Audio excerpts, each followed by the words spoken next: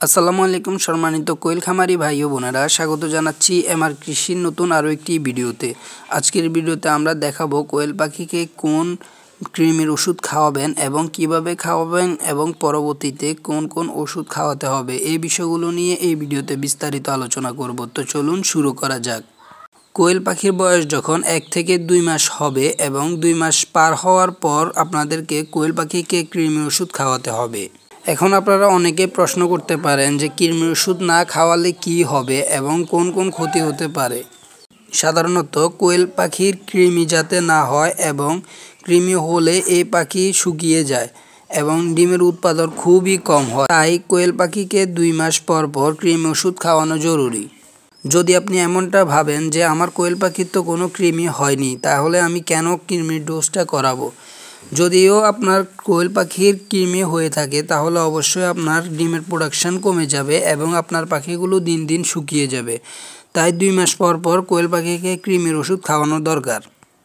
এখন বলতে পারেন যে বাজারে অনেক ধরনের কৃমির ওষুধ পাওয়া যায়, এখন আমরা কোন ওষুধটা দিয়ে এই ডোজটা কমপ্লিট করব। সেক্ষেত্রে আপনারা প্যারাবিট ওষুধটা ব্যবহার করবেন। এটি আপনারা 1 লিটার পানিতে 1 গ্রাম মিক্স করে কোয়েল পাখির পানির পাত্রে দিয়ে দিবেন।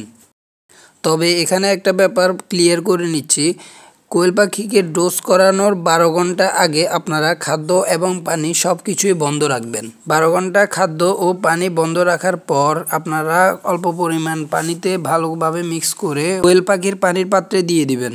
কৃমির ওষুধযুক্ত পানিগুলো আপনারা 2 ঘন্টার বেশি পানির পাত্রে রাখবেন না। কৃমির ওষুধটা খাওয়ানোর পর পাখির একটু দুর্বলতা এবং পাতলা পায়খানা এবং পানি জাতীয় পায়খানা সমস্যা হতে পারে, এতে ঘাবড়ানোর কিছু নেই। এই সময় আপনারা তাদের শরীরের দুর্বলতা দূর করতে লাইসোবিট ওষুধটা ব্যবহার করতে পারেন। এই ওষুধটা আপনারা 1 লিটার পানিতে 1 গ্রাম পরবর্তী পানি দেওয়ার সময় মিক্স করে খাওয়াবেন।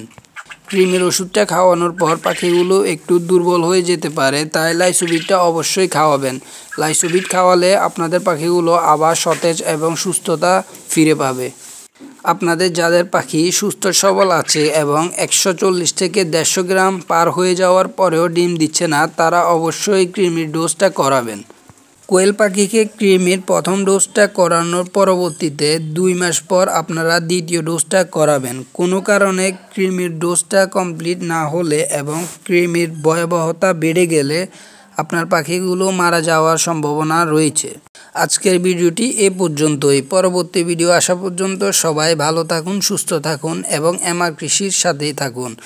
ভিডিওটি ভালো লাগলে অবশ্যই লাইক, কমেন্ট, শেয়ার করে আমাদের পাশে থাকবেন। ধন্যবাদ।